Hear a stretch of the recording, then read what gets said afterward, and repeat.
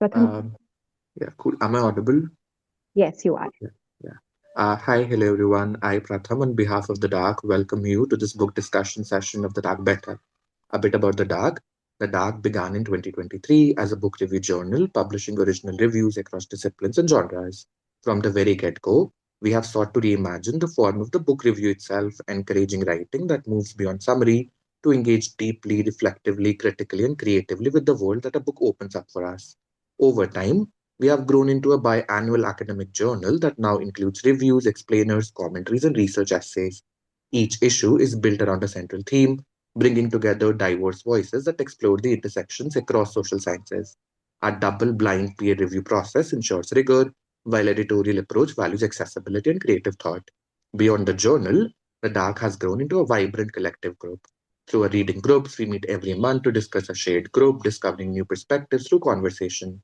Through the Dark Weekly, we publish personal essays, topical reflections, and explainers that extend our conversations into the present moment. The Dark Baithak is a humble attempt to bring together a small gathering of scholars, writers, students from different fields to present ideas and initiate dialogue, bringing critical conversations to life. For this session of the Dark Baithak, which is a third installment in the book review session, we are thrilled to welcome Dr. Ekta Chauhan for talking about her book Sheher Mein Gaon, Culture, Conflict and Change in the Urban Villages in Delhi. First and foremost, on behalf of the Dark team and everyone gathered here, we extend a heartfelt congratulations to Dr. Ekta for the publication of this book. A bit about Dr. Ekta. Dr. Ekta Chauhan is a researcher of cities, cultures, and communities.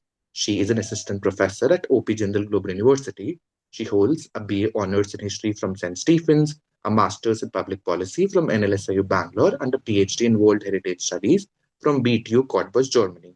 Born and raised in Khidki, Ekta's love for stories began early, shaped by the people and places around her. Her work, which is profoundly personal and grounded, explores the intricate rural urban dynamics of Delhi, a metropolis layered with centuries of history. Through her research and writing, she brings attention to the everyday lives and negotiations of communities that shape and are in turn shaped by the city.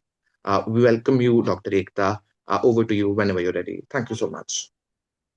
Thank you so much for very kind introduction. Hi everyone, I am Ekta. I am so happy to be here talking about the book. If I can just show you a copy, this is what it looks like. Um, so how to begin? Okay. So, Sheher Mein Gaon is actually a result of over 10 years of my archival work. It is very interesting that I actually also talk about it in the first chapter, how this idea began. I myself grew up in an urban village, which is Khidki. Uh, it is right opposite Select City Walk in Saket, for those of you aware with landmarks of Delhi. And it was a very interesting place to be in the 90s. I mean, we had cows till 2008, 2009. And, features of a city that, you don't know your neighbors, or uh, they are not arranged by caste or something like and familial attributes. They were absent in this community. And more interestingly, there was a beautiful 14th century mosque, Khidki Masjid, right in middle of the village. I grew up looking at it. My house was right opposite it. So these questions, I think, always sort of irked me. Even as a child, I kept asking that, what is it? Why am I not learning about this in my history books? So I was always very curious about this. Um, as it turned out that, just one second. Yeah. So then, as it turns out, once I grew up, I studied history in college, and I started reading about it. Turns out there was not much written about my community, my village. And I mean, Google was just new at that time. So now there's a lot to read about Kidki Mosque online. But at that time, there wasn't. So we started, and then I realized that there is a reason for it.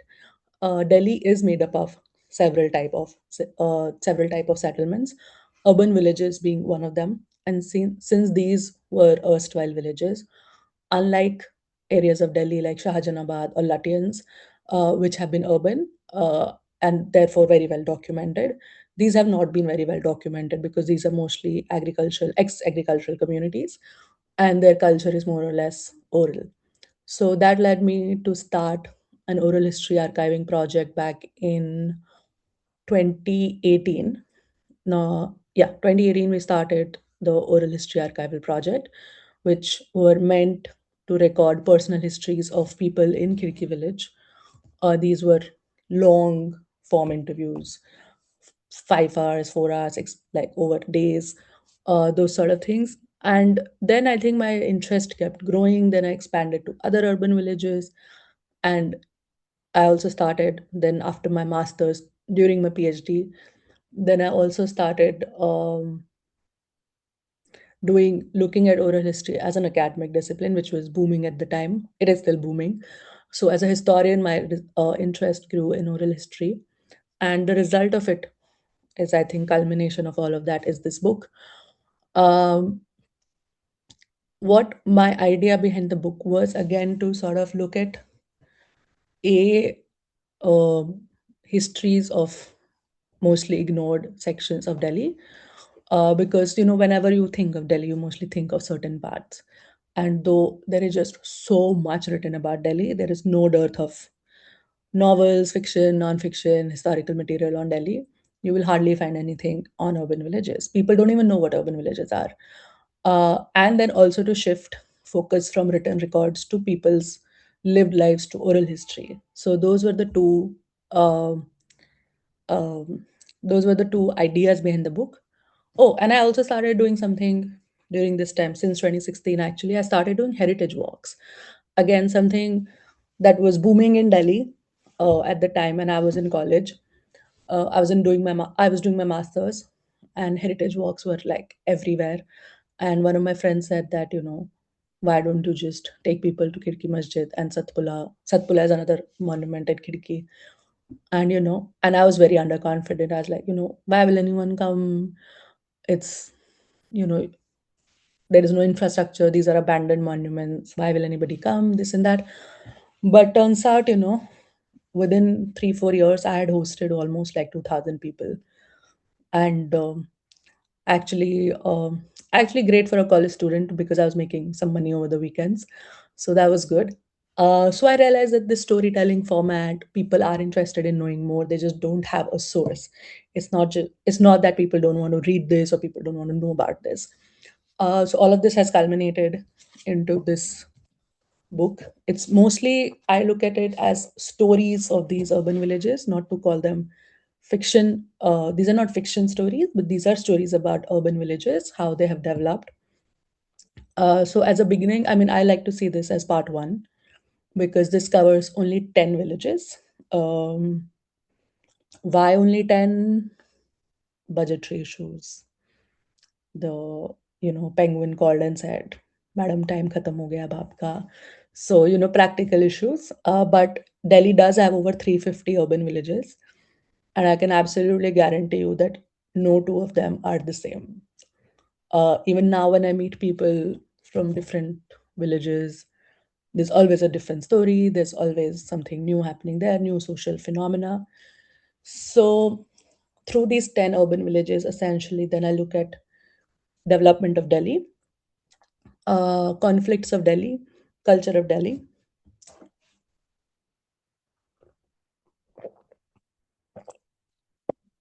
So, what I've essentially done is in each in each chapter, then I have taken one theme and sort of looked at that theme through that village. So some of my favorites are so I talk about Begumpur, which is another village in South Delhi and has Begumpuri Masjid. Through that, I actually talk about conflicts around memory and history in Delhi, which is all around us. The attempt to rewrite our history. So I take the example of that village and a couple of monuments around that to look at how memory is under assault and how fake narratives and attempts to rewrite history are happening in these communities. Not in just these communities, of course, it's happening across all. all of Delhi and indeed the whole of country. Then another interesting one is, I mean, for my own village, Khidki, I very tactfully don't talk about the historical community. So each village now, because these are also villages, these are the villages who sold their land when Delhi was built in 60s and 70s. And now most of these are actually surviving on rental income. So these are hotspots because several municipal laws don't apply here. So most of them have cheap housing, commercial uh, establishment, Haus Khas being the famous example. So I also look at um, Khidki through the eyes of the Afghan refugees who live here. A huge Afghan diaspora lives in Khidki now, and it's actually interesting that they're most of them are second or third generation now. So they actually, even though they are refugees, they don't have any other home but Khidki. So how do those conflicts pan out? Uh, it is not to say that most of these villages survive on tenants. Khidki has Afghans. Munirka has people from the northeast. Um, Mehrauli has a lot of African people. Um, I mean, you can Humayupur has people from the northeast. I mean, anywhere you go, people are arriving in Delhi every day. There is no affordable housing, so everybody finds a housing here. But that is not to say that these are some sort of like safe havens for these different type of communities. There are conflict between the landlord communities, which are typically very very conservative, and um, these tenant communities, and especially if you're a refugee, and especially if you're Muslim. So just like everything is against you essentially. So how do they make home in Kiriki? Then one of the most, I think I'll take two more examples. Then I think one of the more interesting chapters that people found interesting was this village called Mitrao, is because this is near Najafgarh, and even I didn't know about this, and I met someone, um, this 22-year-old boy. He had come to my place. He's my brother-in-law's friend, and he just came, and I said hi and everything, and he said I'm from this and this village. So I got interested because I was working on villages, and I was like, oh, Mitrao, I've never heard of Mitrao. Where is it? Can you tell me something about it? And he just said like, Google it, and left. Like, what? He said Google it and left, like, things boys do. So then I ended up Googling it because he said it with so much confidence and scared me. So it turns out Mitrao actually has the largest number of gangsters. So that was and I just made one trip to Mitrao because it's like extremely unsafe for girls to go, and especially if you're not a local, and they're not very open. So thankfully, this person Yashdeep, his family was there and everything. So apparently half of Tihad is people from Mitrao. There are two huge gang. So I mean, through that, the idea was not to highlight this, but the idea, a how youth, when they don't have opportunities, when they don't have employment, when they don't have a career, how they easily fall into this trap of gangsters. And the second idea being, again, we have a glamorous image of Delhi. It's the capital, it's this and that. But, you know, Delhi has a gangster problem. There are multiple gangster gangs. There are Bhavana gang. There is this Jathedi, Kala Jathedi, all of these guys. And they run, these are powerful people. They control lives. So we like to conveniently push back. So how does that, why is youth still falling into this a considerable amount, especially on outer, like Najafgarh, Bhavana, this is Bakhtawarpur, Alipur, all on the outskirts of Delhi. For most of us, Delhi sort of ends with, I don't know, maybe DU or Azadpur at max, but there is a whole northwest Delhi beyond that. And so just sort of exploring um, this sort of very complicated gangster networks that exist and operate in Delhi with all sort of freedom. I got super interested in actually Kala Jathedi because I also work in OP Jindal, which is right next to Jathedi village. which is Kala Jatheri's native village. So, I mean, that was a real weird experience to know about gangsters. I mean, I would have loved to interview one of them, but that I don't see that happening. Uh, then, if I can just end with the chapter that I end the book with, actually, is I actually end with a village not in Delhi, in Sonipat, to again look at what does our current model of urbanization do. I personally don't see Indian cities as cities. These are just islands of urbanization. In Delhi, they're just some enclaves where you can pretend you're urban, but they're just like a vast 70% of the population does not live in that. So,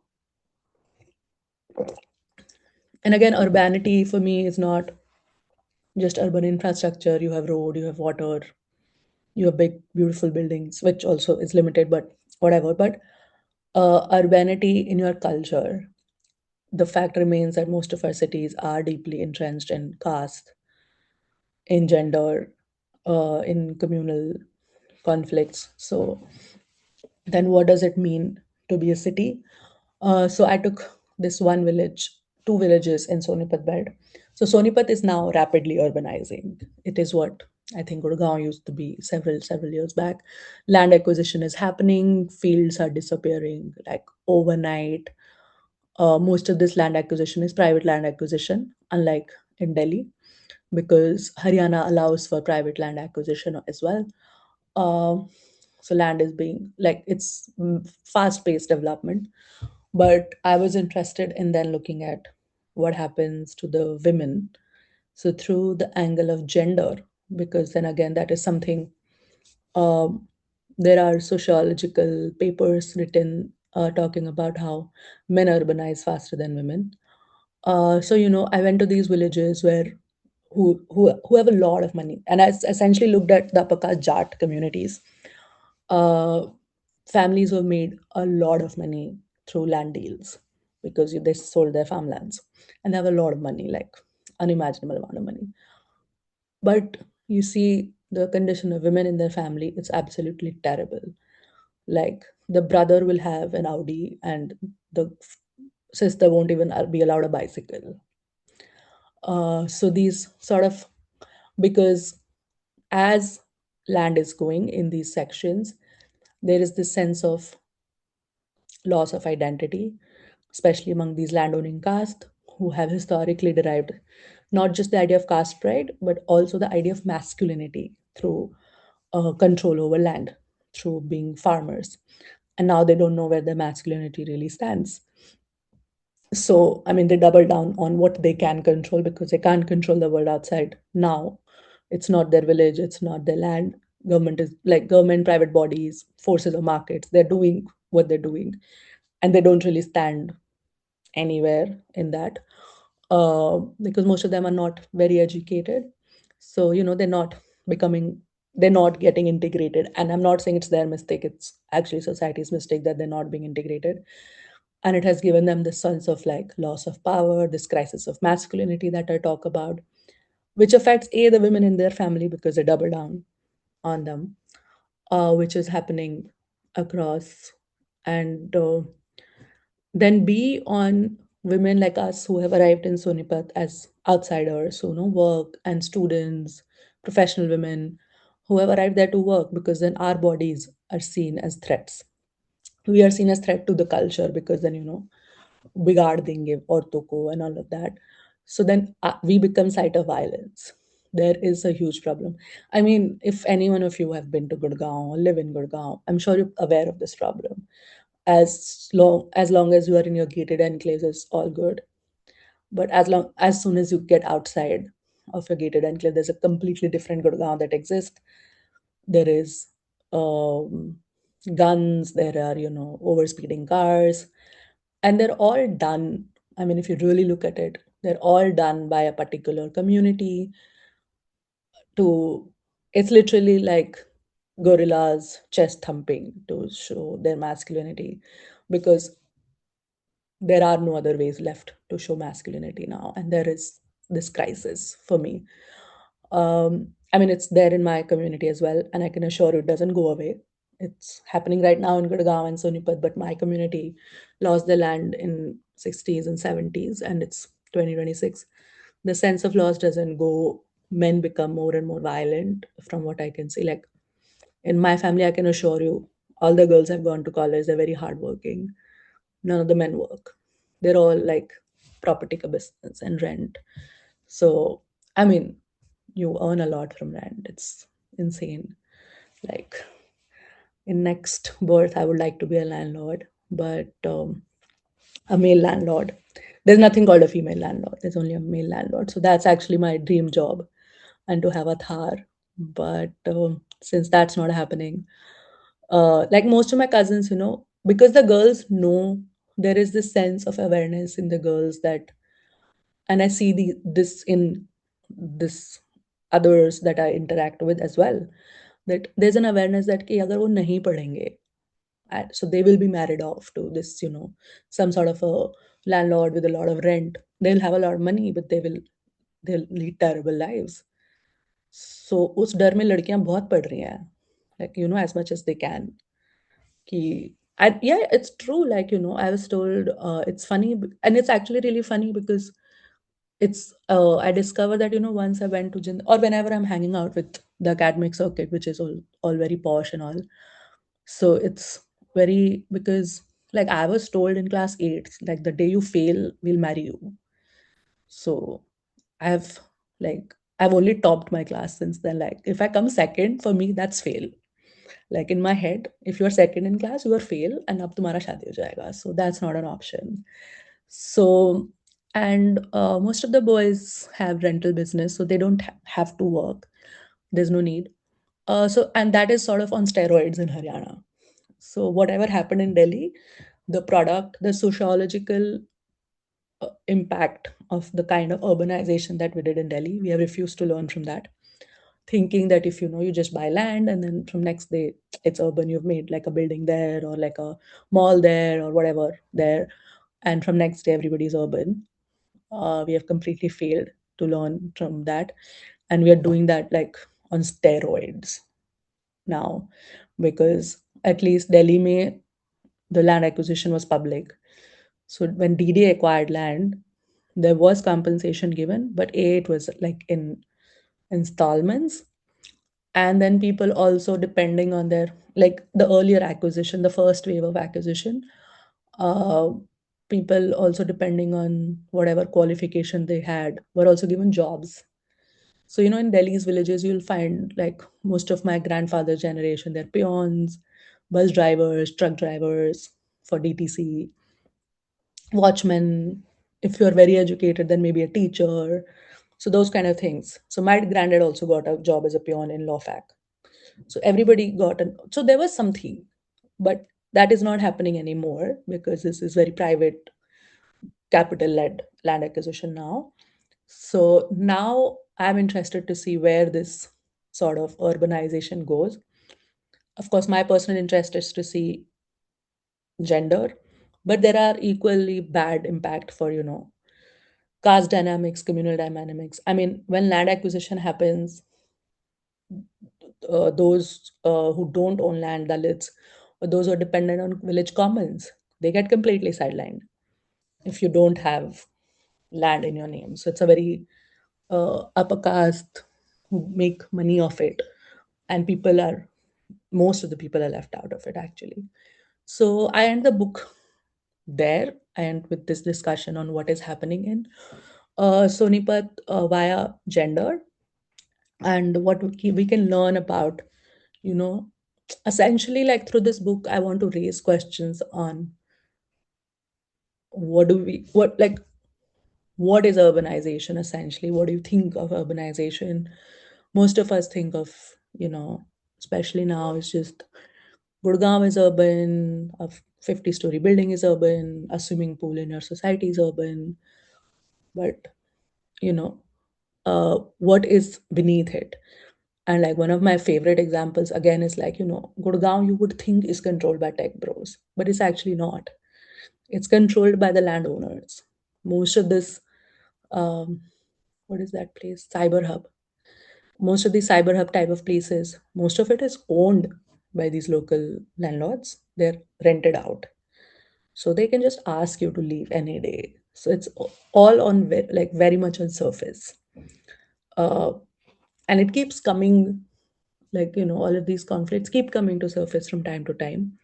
We just choose to ignore it and continue with this, like, our island idea of urbanization, this gated idea of urbanization, कि थोड़े सा island बना देते हैं, वो island के बाहर क्या होएगा, it's anybody's guess.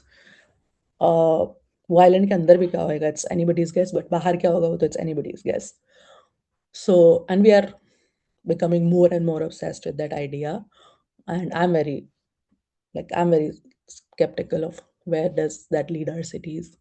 So through this book, I hope to raise some questions on rethinking what urbanization and cities really mean.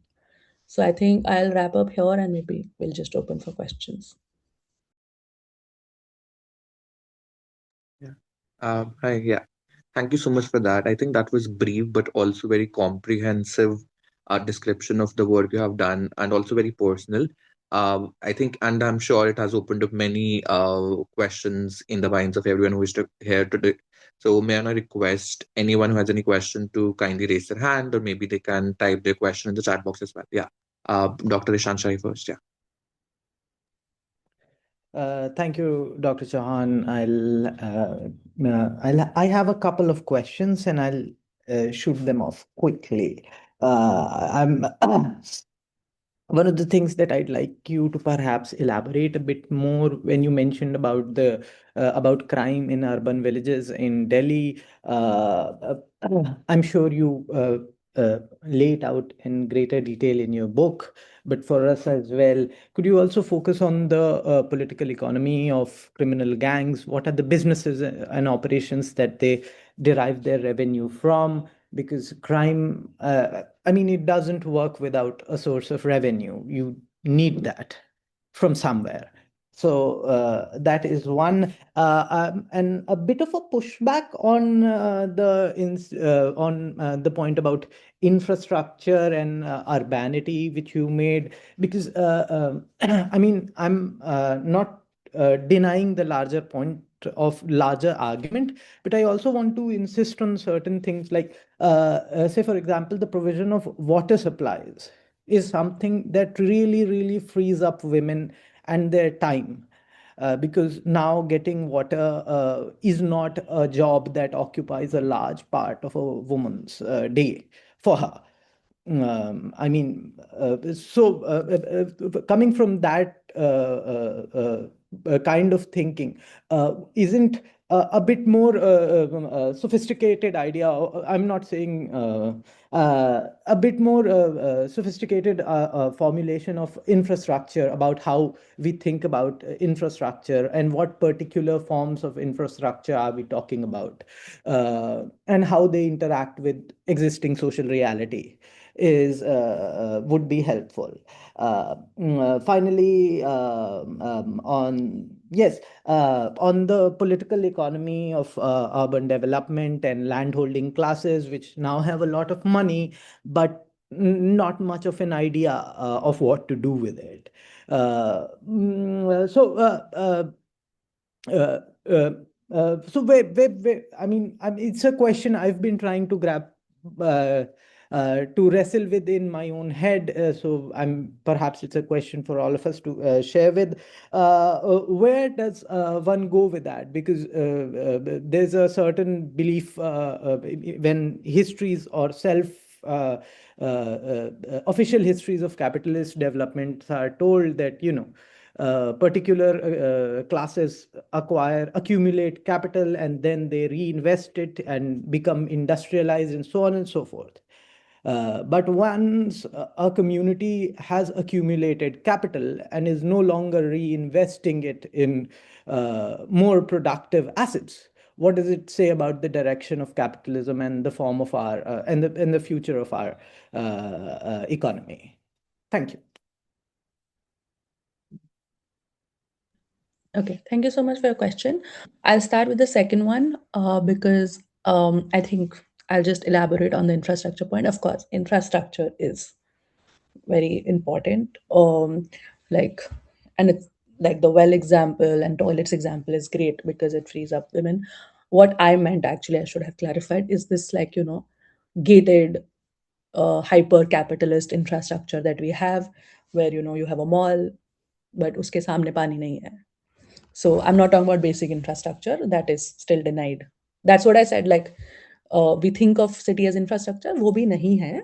But now we imagine these like big malls and big corporate glass buildings. Like, we are obsessed with glass and cement for some reason. Like, it's glass, glass, glass everywhere. We don't need that. I mean, we need that, but once we meet our basic infrastructure needs. Coming to the first and your third question are actually related. What is the major source of income for these gangsters? It's actually land, which is the source of income for anything in Delhi. For me, actually, like, I see everything in Delhi. Delhi is actually for me, a very feudal place.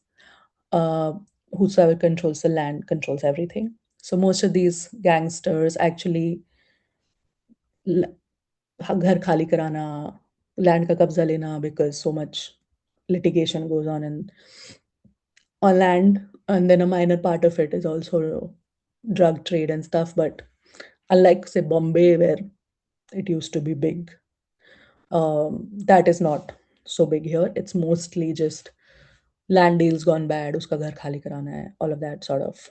Property dealers hire them for all the construction, all those kind of things happen. And then, the question, rather, this thought that you raise in the end, that where is this capitalism going? That is what, like, so for example, this land acquisition, say it's a very capitalist model, and you would think it will progress in its natural, what we have understood as capital, in a certain direction, that okay, infrastructure had to be made, I acquired your land, I gave you money, I made land, and now, you will uh, invest this in maybe education for your children, or maybe, upskill yourself and get a job or something.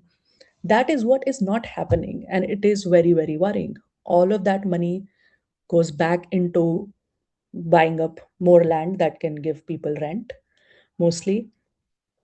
Hardly anything in education, I can assure you. A large part of it in, I don't know for what reason, but in weddings. Like a very common conversation on most of our dining tables even now is, कि उसका ज़मीन बिका था, उसको बहुत पैसा मिला था, अब उसने सब उड़ा दिया.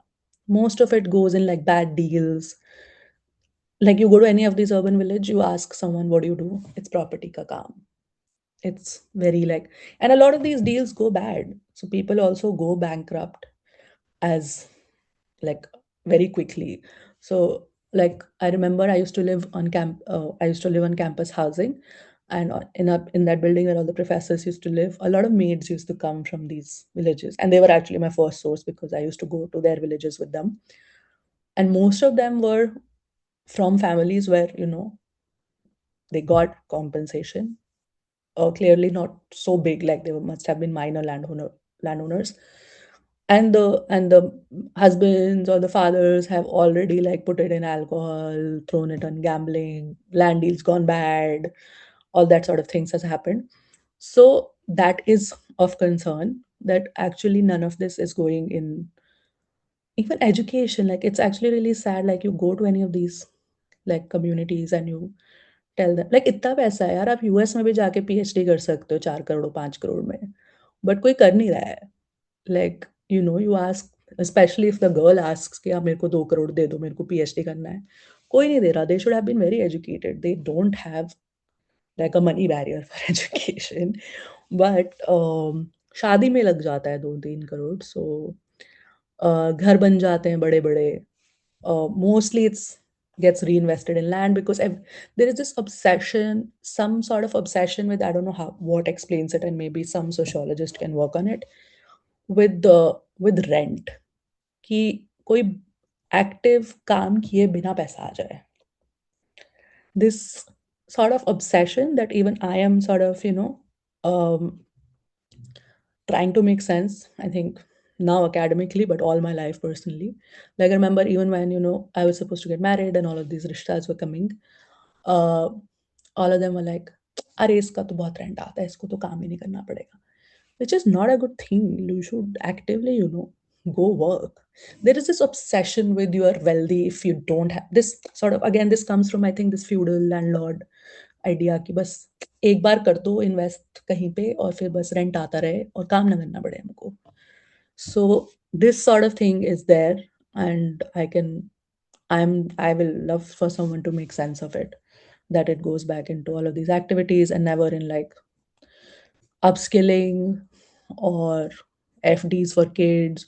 It goes in like this is a very funny incident that I actually mentioned in the book also is if Sonipat belt, I don't know if maybe a decade back, it was really in the news where all these barats used to come in helicopters. Helicopter, like they were really a thing. And even now, every time a new professor joins Jindal, I love to take them for a sightseeing tour of Sonipat. And one of them is actually this Audi, like one of the top models of Audi, parked in a khet and is just there. And I have talked to that gentleman. He's like an old, he must be like 65 maybe. And I've talked to them कि क्यों ले रखी है. And he's like, उनको चलानी भी नहीं आती है गाड़ी. And he's just because, just because he had 2 CR and वो बस खड़ी है, वो धूप हो जाती है तो उसमें बैठ जाते हैं, एसी चलाना आता है उनको उसमें. It's like a bright red Audi and it's just standing in a khet. Like it's just really just standing in a khet. I'm not kidding. And people buy all these like decommissioned planes, like huge decommissioned planes. Like, of course, they can't fly, but I'm assuming they cost a lot. Like, you can't fly them, but they're just like sort of parked in these fields and they just sort of chill inside it. And, it's like, wait, like I'm not kidding. Like, I don't want to say that in front of like authorities and all, but I've seen like room full of like cash. Like, just you go and you like 500 रुपए चाहिए मुझे. They'll open a whole room and they're like cash, cash, cash. जैसे कपड़े रखे होते हैं and then they'll just take out and then give you. So you tell me, like, I don't know what motivates a person to buy a 2 CR Audi when they can't drive it, but not, and none of, he has like some 5, 6 grandkids. This is the other part of the story. He has like, yeah, like 5, 6 grandkids or something. And I think लड़के तो जाते हैं school कोई सरकारी, सब सरकारी school में जाते हैं, and then they're like, हाँ कर लेंगे 12th टाइप, देन अपना काम संभालेंगे, लड़कियों की शादी कर देंगे. I have put aside 2 CR for all the shadis of the girls. And I'm just like, like as a especially someone in academia, I'm just like, मुझे दे दो यार, like, मुझे बहुत ज़रूरत है. Just मुझे दे दो यार. I would have done a PhD in US or something, and I'm just like, मेरे को दे दो यार. But yeah, that doesn't happen. Uh, I mean, there's just a bit I'd like to share. One of the interesting things that after I submitted my PhD, I did I took a bit of a break, and during that period, I did a lot of side projects, during which uh, I got the opportunity to move around in the Bhalswa area in North Delhi, the trash dump. So that's one of the few places, Bhalswa and Buradi, where there are a lot of Bihari migrants who also now own properties and stuff. And that's the first place that I saw where Bihari migrants owned businesses, and they had workers from West UP. And it was a very different experience for me, because that was a part of, this was so unlike the urbanization story everywhere else, because you don't see Bihari business owners. You only see them as migrant workers. So, Yeah. I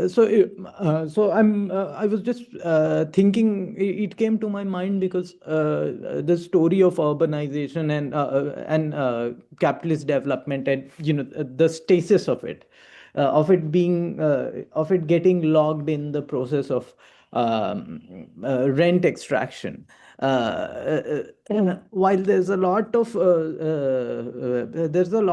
textural differences that one can find at the ethnographical level and in the themes of it. But yeah, overall, I do agree with your assessment of current capitalist model, and it's just not going anywhere.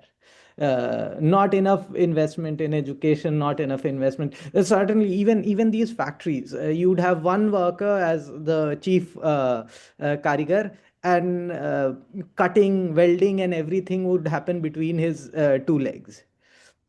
No division of labor, no efficient management that one could, with one's own instruction, organize and make the process more efficient, less risky. None of that happened in none of these factories. So yeah, overall, it's a grim picture, and I agree with you on a lot of things. Thank you. Yeah, I mean, I agree. Like it's, and even like, especially in Delhi, most of these, uh, when any building is constructed, um, they won't even give it out for like experimental spaces. कि, आप, like it's always like residential में हो जाएगा, because there's such a huge shortage of houses in Delhi कि आप गंदे से गंदा घर भी बनाओगे तो उस पे कोई ना कोई तो बेचारा आगे रह ही लेगा. So there is just such a shortage of houses that anything you don't need to experiment, that maybe you give it out to like some small experimental publication house or something. You don't. I mean, yeah. I mean, like even when I'm teaching my students, I always say that I have this alter ego of a Jat boy. So, I mean, I also wouldn't have, like, it's easy money. Like, kyun karna hai struggle? I think it's fine. I think you should just sit at home and get rent. I don't know why. Like, only we are concerned about this country. They are not. So, you know, let, let's party. I think it's fine. My alter ego thinks it's fine. Yes, I think Anupama has a question. Maybe we can take that now. Yeah, Good afternoon, everyone. I'm Anupama. Thank you so much, ma'am, for your talk. Ma'am, I have read your book, Sheher Mein Gaon, and I have a question regarding your archival sources. So, I wanted to ask that how did the culture of these urban villages change after major historical ruptures, such as the revolt of 1857 and after 1911 when Delhi became the capital and after partition? And my second question is, so how, when after Delhi became the capital, how did the British or the Raj capital, they negotiate with the surrounding Jat and Gujar villages while planning New Delhi and building New Delhi? Because, ma'am, as we were talking about the ego and the money and land they own, Jat and Gujar, and even when I see the gazetteer of 1883, उस gazetteer में clearly ये है कि majorly दो caste dominate करती थी दिल्ली को, जिसमें कि जाट है और दूसरा है वाल्मीकि. इसको देख के मुझे थोड़ा-सा वो हुआ कि क्वेश्चन जो मन में आया कि जो जब न्यू दिल्ली बनना शुरू हुआ, तो ब्रिटिश एम्पायर ने कैसे इनके साथ में नेगोशिएट किया? कैसे इनके साथ, और मुगल के साथ तो being a history student, I know Mughal के साथ में कैसे चीज़ थी। लेकिन ब्रिटिश के साथ में क्या रिलेशन था? अगर आप इसमें बता सकें तो। Thank you. See, so okay, so the social structure of these villages changed significantly both after 1857 and 1947, and the current land owning structures actually are uh, are from the British, because made the current they finalized the current land owning deeds and stuff. So most of the land deeds given to the Jats and Rajputs in this belt date back. So they sort of made this private property ka idea and made the current land owning pattern what it is today. Uh, post 1857 also there we see a huge sort of shift in villages, because it's interesting because most of these villages, even though most of the communities, like most communities in India, like to claim कि हम बहुत ancient हैं, ये है वो है, मेरी भी करते हैं, but they are mostly they have mostly come to Delhi to their current place post 1900s, especially during unrest in rest of in the surrounding areas, and Delhi was somewhat sort of stable. Then coming to 1947, again, Delhi loses. I'm forgetting the numbers, but Delhi loses a significant part of its Muslim population. A lot of like entire villages have disappeared, which were Muslim villages. Say, for example, in Khidki as well, there were several landowning Muslim families. They went. Um, so again, the structure of the villages have changed. Now, most of these villages are uh, Hindu Jat or Hindu Rajput villages. And again, the Valmikis have been sidelined because in the land acquisition process, they didn't stand a chance. Um, but these were also like places like Kalusarai.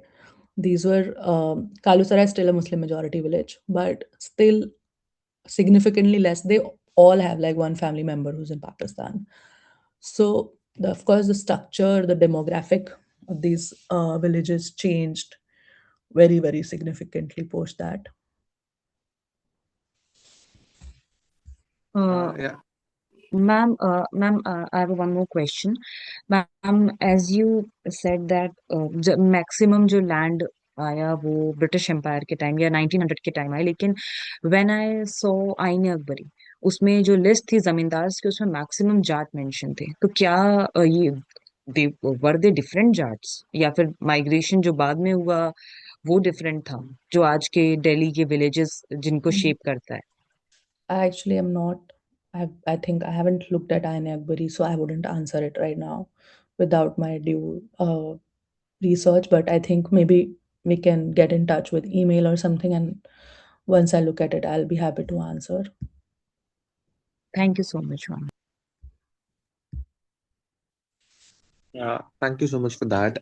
Any more questions? We can take them either in comments, or you can unmute yourself and ask that.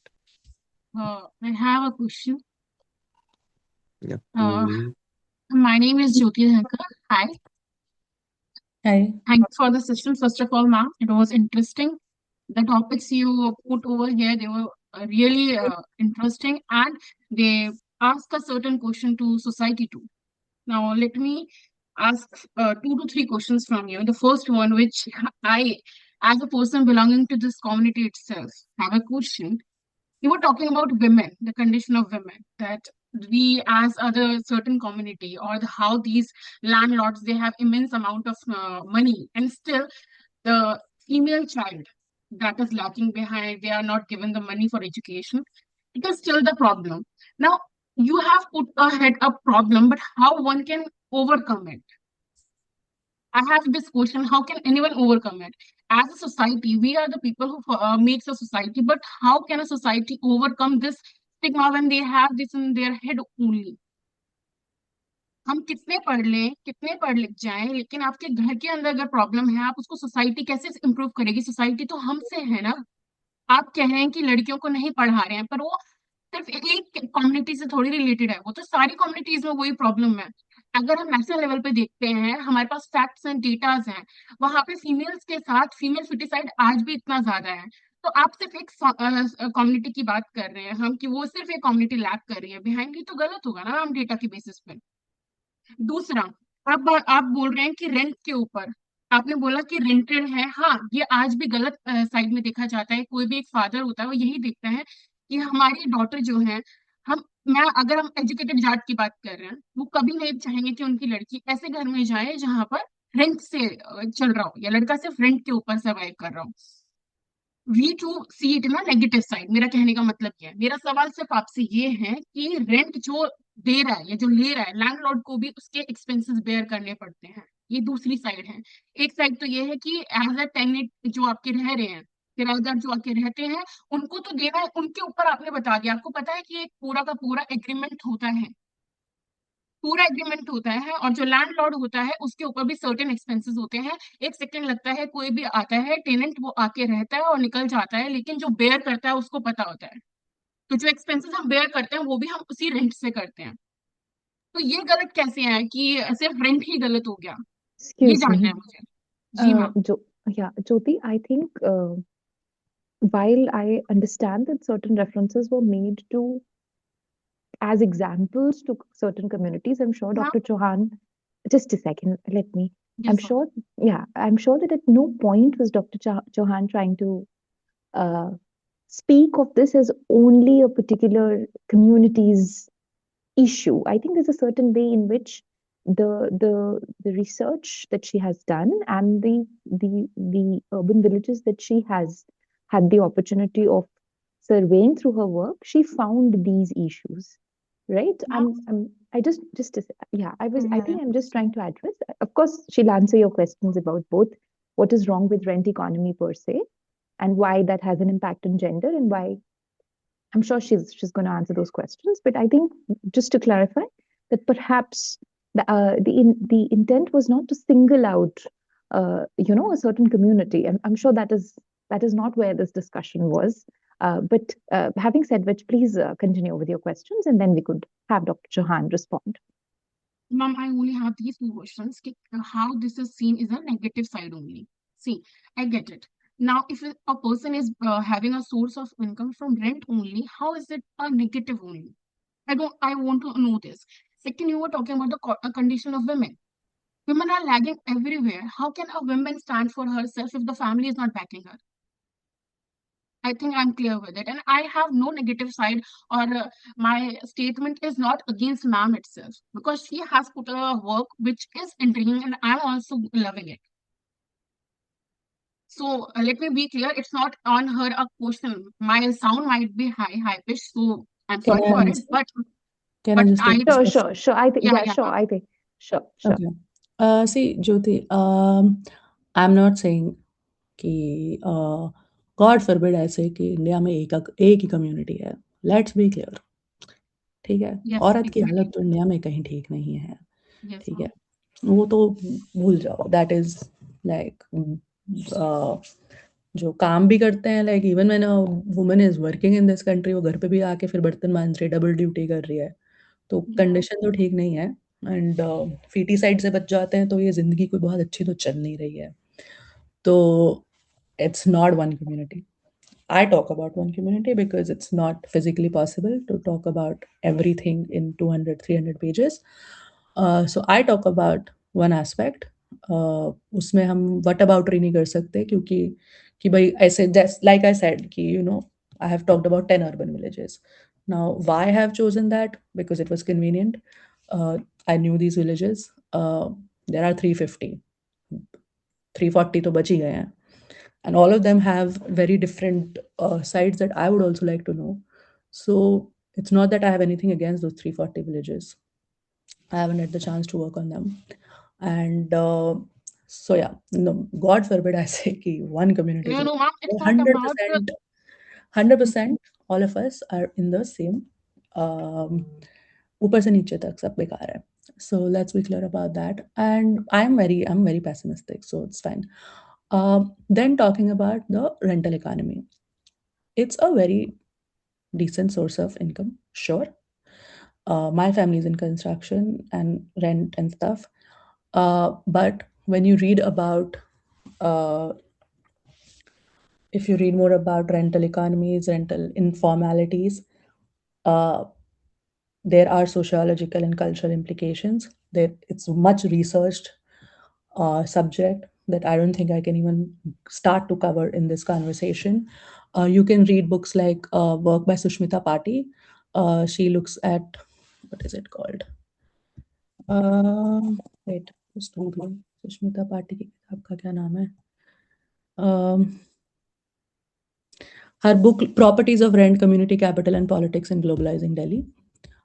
She particularly focused on Shahpujad and Munirka and looks at the rentier economy in these villages. There is nothing per se wrong with collecting rent. just how there is nothing per se wrong with being a policeman, but because there is authority with you, you can exploit it easily. It's like saying there is nothing per se wrong being wrong being by being man, but क्योंकि आपके पास इस society में authority है और resources है, you can easily exploit other. Let me simplify it, right? If we all know, if you had ever to rent a house in Delhi, how landlords behave, you are lucky if you have a good landlord. If you are a good landlord, kudos to you, full points to you. But we all know how landlord, if anybody had to ever hunt a house in Delhi, we all know how landlords behave. Women don't get housing. Single women, Muslim women, Dalit women, transgenders. Uh, if you are a woman and you want to have your boyfriend over, you can't find a house. If you're a man, you want to have your boyfriend over, you can't find a house. So, because there is a power structure in those who own land and rent it out, and those who do not own land and are a little bit uh, below in the structure, so you can easily be exploited. I can take the example from Sushmita Pati's book, because I think at one point she talks about these Munirka. I think Munirka mein there are a lot of students, especially from the Northeast. How these women, because, and I mean, it's not just, again, not singling on Munirka. Northeast women live across Delhi. They work in Delhi. I'm assuming they're decent people. They are constantly heckled. They are constantly their rights are constantly violated. Landlords in this belt, especially, not, I've never lived in South India, so I can't say, but stories from North India, even Bombay for that matter, landlords will just walk into your house and invade your privacy. So sure, they own the house and they have expenses to run and they have to repair, but there are also several, and it's a very well studied uh, field, how owning a resource that is by itself multiplying can give you that sort of power over the other, and having a passive source of income, how that it's great. I mean, God forbid, I'm against passive income, I would love that, but how it also sort of feeds into several, it doubles down on several pre-existing notions. There is a reason why uh, landlords are mostly conservative. I am yet to meet someone who's like, ha, come to lesbian Muslim women can live in my house, even if they maintain the house and pay for the upkeep of the house. So money is often not the issue. There are several people who can afford, but they don't find housing. So yeah, but nothing wrong with it per se by default, but there is so we have to understand that there is a sociological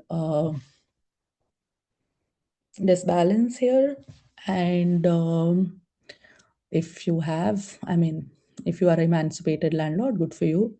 Rent it out to uh, rent it out to a single Muslim PhD scholar woman, then if you do, then that's great actually. But it doesn't happen, and as I said, like, there are several examples. There is a reason, uh, again, for me, in my research, and I will wrap up this answer with this, in my research, because again, this is part research, part personal memoir, so I draw a lot from my personal experience also.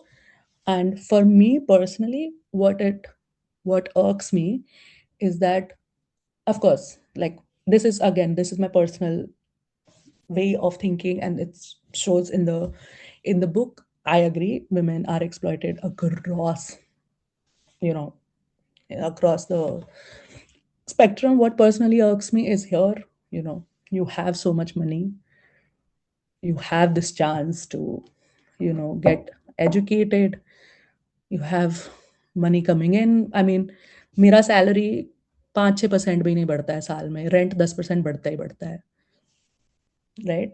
And you have a stable source of income that increases every year by 10%. हमारा 5% का भी नहीं increment होता है, but instead of putting it on your girl's education, you put it on her lavish wedding. Like, I don't think anybody can deny that this belt of North India, across also most of India, like it's known for lavish wedding. Like, why is money going in the lavish wedding? And most of the time, when all these gifts are given, maybe one or of two chances that अगर जमीन है या गाड़ी है या कुछ भी है वो लड़की के नाम पे है. वो अभी जो all these viral videos that come out of Haryana where Haryana, Delhi, wherever, कि 50 crore के zameen has been given as Dahej. It's not in the woman's name. So, women still don't hold property. I think 2 or 3% of women hold property. Put the property in women's name, so that, because I've personally grown up with it, so, and the work is a personal memoir as well. So I can speak for that. I am sure Dalit women are having equally bad who live in slum, and I would love to read their work. I mean, you can read Life of Saida X for that. But yeah, so मेरा what irks me more is like आपके पास पैसा है और फिर आप ऐसे कर रहे हो. पैसा नहीं है तो it's fine then. I mean, it's not fine then, but still. Ishan wants to say something. I'd just like to Jyoti's question about rent and Professor Chauhan's answer. I'd just like to supplement it with the problem of rent. I mean, when I was coming about it, rent, and what I meant with the problem of rent. So, Jyoti, what happens with rental sources when rent is collected in exchange of the ownership of assets, right? Other forms of income, profits and salaries and wages, right? You get a salary for doing something. You make a profit when you make and sell something or provide a service. So these are called active sources of income because you are increasing the supply of some good or service that is needed out there in society. If a lot of people produce clothes, right, it also has the effect that clothing becomes cheaper, right? Rent increases when there is not enough housing, right? So there is that problem of rental extraction increasing because rental extraction, just like the extraction of interests, right, has a parasitic relationship with active production. Everything will continue to become expensive as rents keep growing. On the other hand, uh, other forms of income, they have on when you put it on a balance sheet, on the other side, there is usually a tangible good or service that exists. I'm not saying there's no tangible good on service of it is not the same because the tangible good or service that is created is so a house is built uh, by construction workers. That is a one time expense, right? Construction का जो है खर्चा वो property owner उठाता है और वो अपने ठेकेदार को या किसी को भी दे देगा, right? But when the property owner is taking rent from his tenant, then the relationship changes. He's not creating new housing, right? The house effectively remains the same. So there is the problem with rent and interests, intellectual property licenses dominating an economy because it always shifts upwards compared to salaries which move from richer people to not as rich people or richer institutions to not as rich to people. So I hope I made the things that I said made sense to you and added to what Dr. Ekta was saying. If Pratham, as the moderator today, would also allow me a few minutes on the subject. Yeah, sure. Yeah, I also want to address. One thing if I can add. I'm just going to type out my email in the chat box. I think a lot of questions might not get asked and maybe some comments. Please feel free to reach out to me at any point. Sure, that would be helpful. Thank you so much. I also, meanwhile, I think there's a comment or probably a question in which I think Tejaswini is agreeing with some of the things that I've said, which we'll come to in a moment, Tejaswini. After I have also added two things to uh, Jyoti's question. I think Ishan has done, Dr. Shahi has done a wonderful job of making that distinction clear in terms of what rent does and what uh, salaried income does.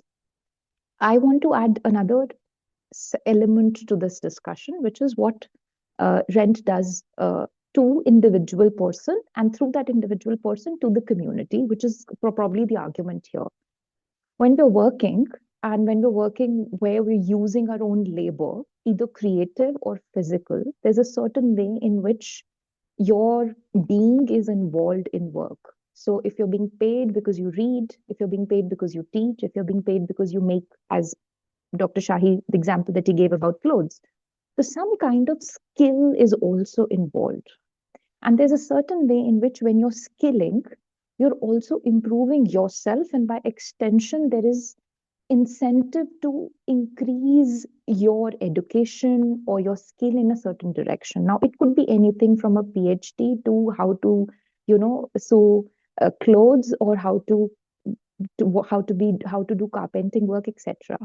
In rent economy, or where there are rents, or where there is what you don't build a house by the end or early life. If I'm a 22-year-old man or woman who's inheriting houses or land from ancestors, the chances are I've not worked for it. It has been given to me, right?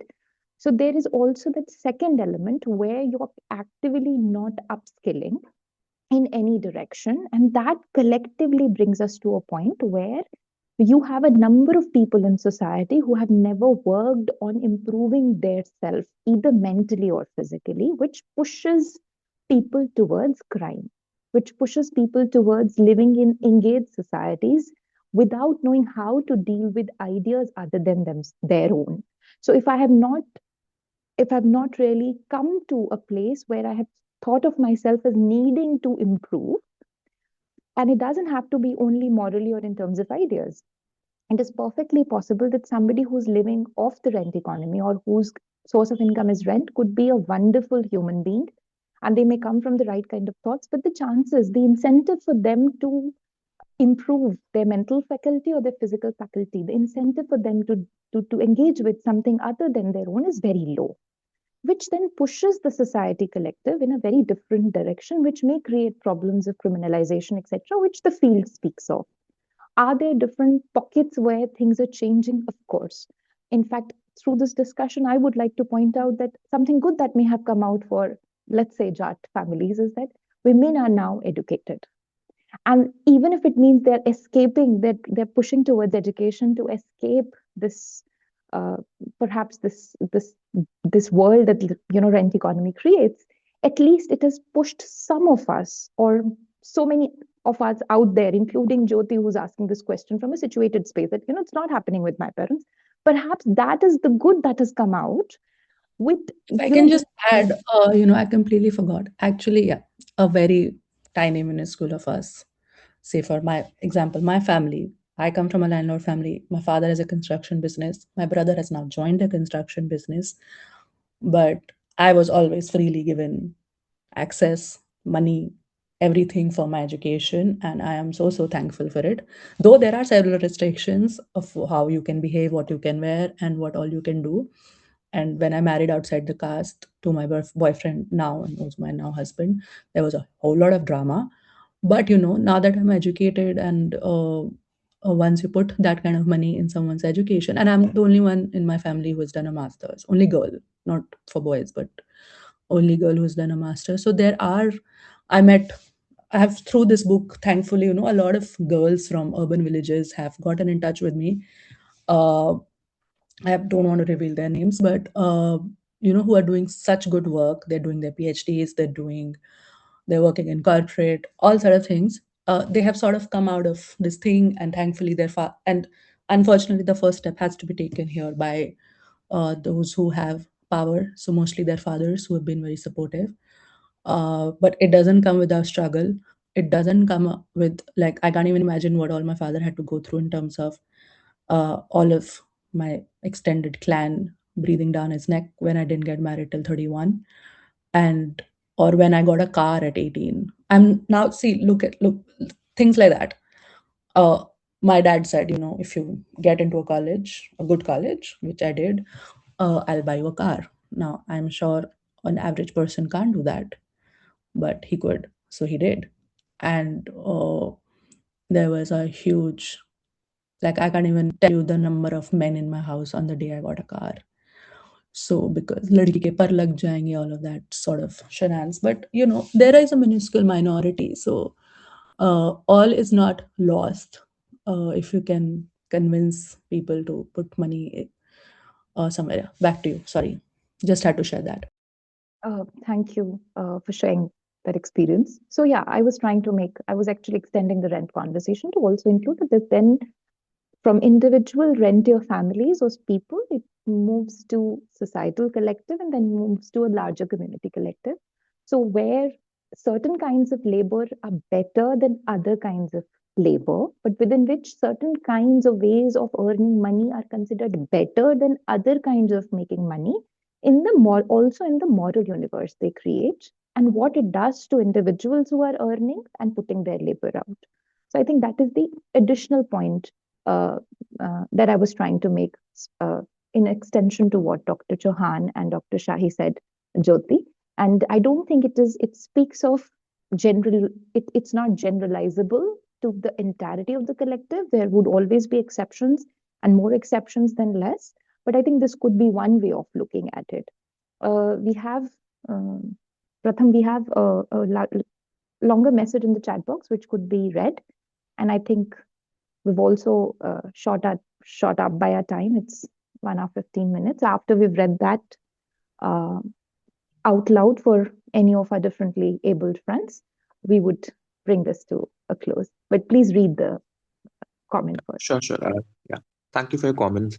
Tejaswini has typed something in the chat. I would read that for all of us. Tejaswini says, being a resident of a village in Gurgaon, Sheher ke Gaon, I strongly relate to this reality. Gurgaon, outside of Cyber Hub area, its villages reflect a very different social dynamic. In many caste-based rural communities here, boys are increasingly disengaged from education because stable income is available through rental properties, money lending, byaj, and government compensation muavza. As a result, they feel little incentive to study. Girls, on the other hand, have been pursuing higher education, but this has created a new social problem in villages here. Families fear qualification mismatch in marriage. A highly educated woman is seen as incompatible with the minimally educated man who earns through rental income. So, especially after COVID, girls are being married off during graduation itself to keep their qualifications compatible. This is now restricting women's access to higher education and reversing earlier progress even in villages where girls were once encouraged to study. Thank you so much, Tejaswani, for that prescient comment. If we have any more Yeah, questions, otherwise, Tejaswini, I must add that, this is a problem, like, masters की हुई लड़कियों को तो मिलता ही नहीं है लड़का, like that is literally the first thing I was told when I went for my PhD कि अब तो मास्टर्स के लिए में ही नहीं मिलता है, पीएचडी कर लोगी तो कोई नहीं, which is true. I got so many रिश्तास when I was an undergrad and then just like zero after I graduated up from undergrad because nobody wants it. So yeah, totally true, unfortunately. So parents are doubling down ki shaadi nahi hoegi. yeah, thank you for that addition, Dr. Ekta. I think because of paucity of time, we will have to stop the session here. Any questions, any comments, any concerns can be emailed to Dr. Ekta, and I'm sure she will be more than happy to take them up.